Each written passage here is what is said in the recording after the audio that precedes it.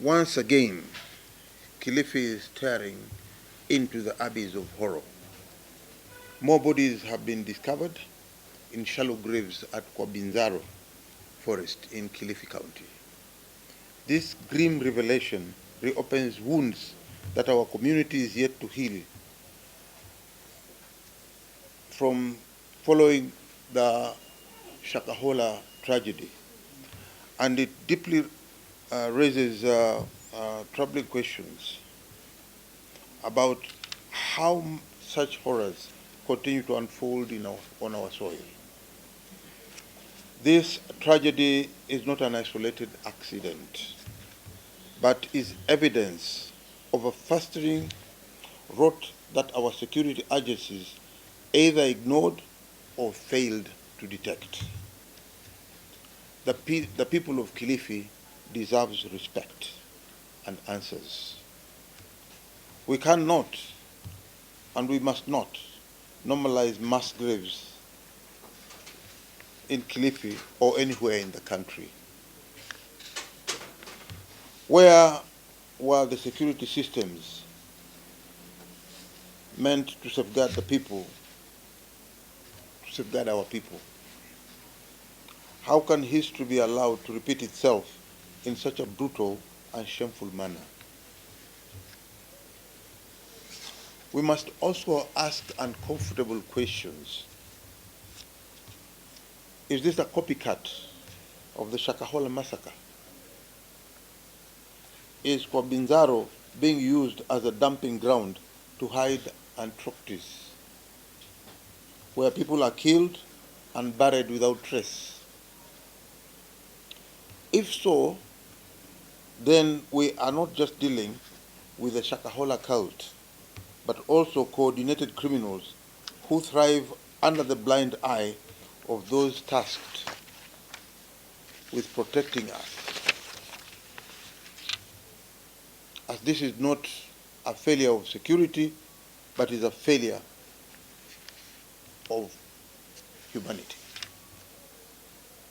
We demand answers from the police, particularly the IG, the Inspector General of Police, and the national government also, to explain how this horror could happen again. Less than 2 years after the Shakahola massacre shocked the conscience of the world. How many more bodies must be dug out of our soil before you admit that there is a fundamental breakdown in intelligence and security? How could so many people be killed and buried in silence without a single alarm? As leaders, we stand with the bereaved families, with our community, and with every Kenyan who demands justice. We will not rest until the truth is laid bare to the Kenyans, that those who failed us in their duties to protect our people are held accountable. It's a very, very shameful and embarrassing situation that we are witnessing now. Life belongs to the state. Okay? Life belongs to the state. And each one of us rely on state protection. Basically, it's your own, it's your right to be protected by the state. And that is why we are saying the government should hold responsible. And who, for that matter, is the agent who has been accorded that opportunity to protect lives? That's where the IG comes in. The IG has agencies under him who are basically trained to detect some of these things before they happen. How do you expect people to be murdered elsewhere and be brought all the way to Kilifi to bury in very shallow graves without the knowledge of the police? It can't work. It's not the way it should be. Anytime there is a crime, the police are the first people to detect it, or they can prevent. But in this case, it is not detected, it is not prevented, and we don't know where these people are being killed from, where these bodies are collected from. We are not even being told whether these bodies were collected at a certain place and then transported to that place, because the police is just silent on it. We cannot keep silent when Kenyans are being killed. It is in that regard that I'm making this appeal, that we don't want to lose any more bodies in this country. And secondly, we don't want to see bodies being killed elsewhere and transported all the way to Kilifi. We are not saying people in Kilifi don't die, but we are saying, for heaven's sake, this must stop. It must come to an end. We do not know now. We are not even being told. Currently, Kilifi at Malindi Referral Hospital, yeah, we cannot develop the hospital now because the whole container containing all these bodies are there. For 2 years, we have been having those bodies in front of the hospital. And you can imagine, if you have a whole 300 or 400 people, dead bodies in front of a hospital, do you think you are encouraged even to take your sick person there? You can't. And therefore, for how long will we keep those bodies? For how long will the county government of Kilifi keep the bodies at the hospital? They shouldn't. So we're asking the government, through I think the person in charge would be the Minister for Interior, who promised, after I'd raised some questions in Parliament, and I said, we cannot develop Malindi Referral Hospital simply because those bodies are in front of the hospital. And over 300 bodies in a container, it doesn't show a good picture. Sometimes you can't even push some ambulances inside the hospital. People have to be removed from outside the hospital, yeah, because there's no space for even a vehicle to move in. So all we are saying is that these bodies at Kilifi, in Kilifi County, and specifically at Malindi District Hospital, should be removed, so that the county government of Kilifi will take the responsibility to take care of its own people. We need our doctors to focus on our people in Kilifi County, and this is their right. And therefore, if the government is unwilling to do so, I don't know where should the Kenyans go to. And it's not something that we should stay with those bodies for 2 years. For what purpose? And secondly, these are not maybe we can't say these people are not Kenyans. These people are Kenyans. But the people from Kilifi, as I'm saying, as we people from Kilifi, we are not receiving any complaints of our people being killed and being buried there. No. These are people who are killed elsewhere, and then they are brought to Kilifi. This is the saddest part of the whole saga. So if the government is interested to help us, let them come and remove these bodies away from the Malindi Hospital, so that at least the government of Kilifi County can be able to do its work, instead of keeping the bodies there, and they're not telling us when they are coming to remove their bodies. Thank you. Leader, you're saying that those bodies have been brought from somewhere else to Kware. Yes. Do you have information or some? I can say that with certainty, because if anybody dies within the village, then we know as leaders. If anybody has been found somewhere dead within Kilifi County, then we know. It becomes the responsibility of the families to take care of their members. But in this case, people in Kilifi are not complaining that our people are being killed and being buried in shallow graves. They are not. And no Kenyan is coming forward to say these bodies are ours, the ones which have been buried on shallow graves, or to identify. So the presumption is that these are not people from Kilifi County. These are people who are killed elsewhere and brought to Kilifi County. That is why we are making this passionate appeal to the government, and specifically to the police, to prevent this kind of behavior or acts that are taking place against Kenyans. They should come. First and foremost, the first step is to remove that container from the face of Malindi District Hospital. And then to explain to the Kenyans where are these bodies coming from, because they are not people from Kilifi. We know ourselves. When someone dies, what we normally do, we take them to the mortuary, and we sit and we decide when we are going to bury those bodies. In this case, nobody sits, nobody tells you where this body has come from. Suddenly, people are being pulled from shallow graves, hardly 2 feet inside. And here we are. So it is not acceptable at all to the people of Kilifi. As a leader from Kilifi, I think I take great exception to the way we are being treated.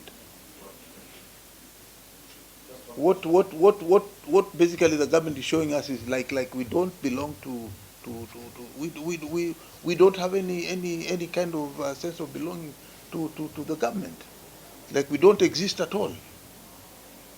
Or whatever happens to Kilifi, the government doesn't care. We are saying it's now time. The government moves in with speed, collect those bodies which are in that container, and go and declare mass grave somewhere else. The ones who are found now, let investigation take their place. If there are relatives in this country who have their people there, let them go and identify them. Once the identification is done, those bodies are given to the bereaved families, and the rest, if they cannot be confirmed, then they are taken elsewhere by the government itself, and they know where to bury them, and not us, as Kilifians. I do not think there is anything to do with a cult movement. This has nothing to do with a cult. This is simply a police affair, which the police should be able to explain to us. How can so many people be killed and buried without even raising an eyebrow from the police, without the police coming forward to say what is happening, to tell us exactly why are Kenyans being killed and buried in shallow graves? Yeah, so I believe I have made it very clear that all we need is that they should stop this kind of. The police can even the government has enough money. They can even build up a huge police station around the area and send some police officers in that place, so that this kind of unnecessary transportation of these bodies from elsewhere and being dumped in shallow graves at Shakahola or Kware Nzaro stops. Is there likelihood that might be cases of people who have been killed with the police and all that, and that is diverting attention and all that? I don't have that kind of information. I don't have that kind of information. But all we know is that the pathologists should be able to tell us whether these people they have either been killed elsewhere, because even the reports are now becoming a bit difficult apart from the pathologist saying that these people are dead, and they are not telling us the reason why these people died. But I think when you look at the issue of cult, I do not think that I would buy that. I think simply these are murders done elsewhere and being transported to that place. By who, we don't know. And that is not our responsibility, but the responsibility of the police to tell the Kenyans why are Kenyans dying, or why are they being killed and transported to Nzaro or Shakahola. We believe the government should act as fast as possible. It's our right. It's our constitutional right. We are asking for the government to intervene within the shortest time possible. It's an embarrassment on the face of the government if it cannot protect its own citizens. So this is not a matter to take lightly.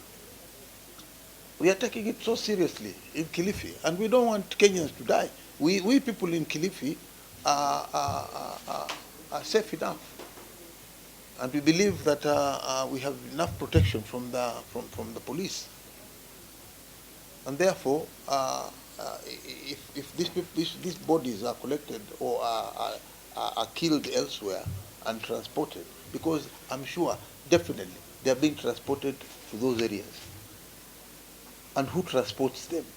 And at what time are these bodies being deposited there? And by who? Who are these drivers? Where not a single driver transporting those bodies have been arrested? Or even the people who transport these bodies into that forest have been arrested. There is no disclosure. And we have a right as Kenyans to receive this kind of information. Mimi kama Senator wa Kilifi,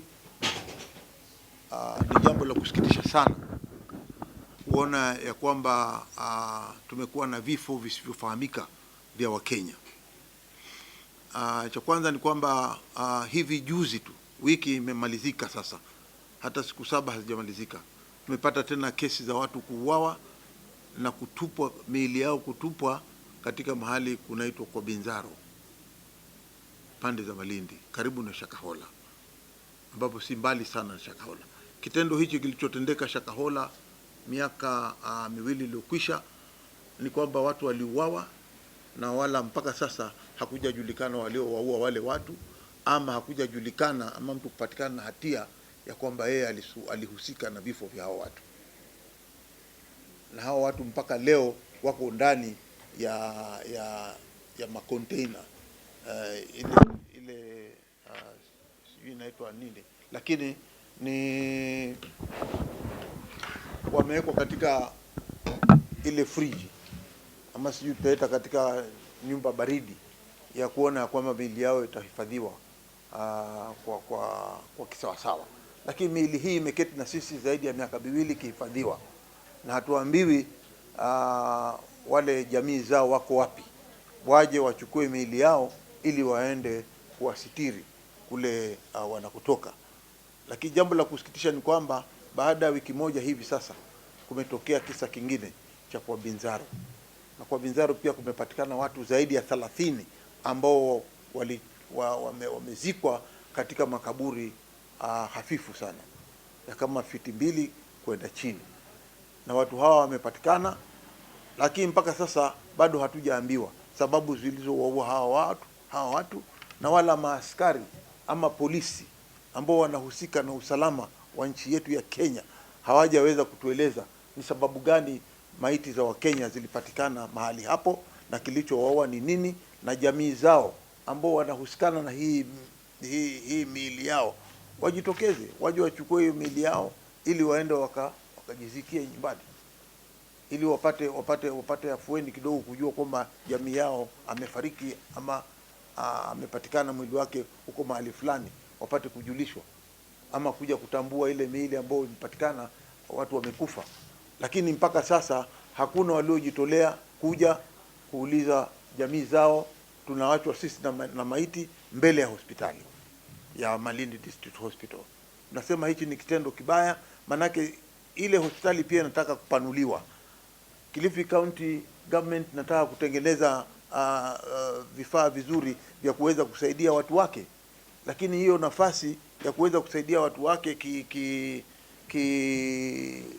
kiafya, hiyo nafasi hiyo haipatikani, kwa sababu hao watu wote 300 ama karibu 350 wako ndani ya ile container, na hiyo container iko mbele ya hospitali, jambo ambalo si haki kuweka mbele ya hospitali. Unaweka maiti karibu 300, alafu watu wanaletwa hapo, ni wagonjwa wanakuja kutibiwa. Unabajua hiyo picha inatokea tu tayari, kama mtu akienda hapo ni kama ambaye anakwenda kutafuta kifo. Kwa hiyo sisi tunasema serikali iingie na iweze kuchukua miili hiyo na ichukue iende ikauzike kule wanataka kwenda kuzika, ama kuuliza wale jamii zao kama wako na jamii zao waweke. Na hususan sana ni kwamba maiti hizo si za watu wa Kilifi, kwa sababu kama sisi, kama mtu ameweza kufa, tuko na mahali tunazika, kila mtu anazika jamii yake kule alikotoka. Lakini sasa tunaona hii miili si yetu, kwa sababu hakuna hata Mgiriama mmoja ama kabila lolote lilo kule ambalo limekuja likasema mwili fulani ni wetu. Yote miili imebakishwa iko hapo. Kwa hiyo tunaomba tu serikali ni kwamba ichukue hatua ya kuja kuchukua miili hiyo na ipeleke kule inataka kuipeleka, manake huo ni wajibu wao.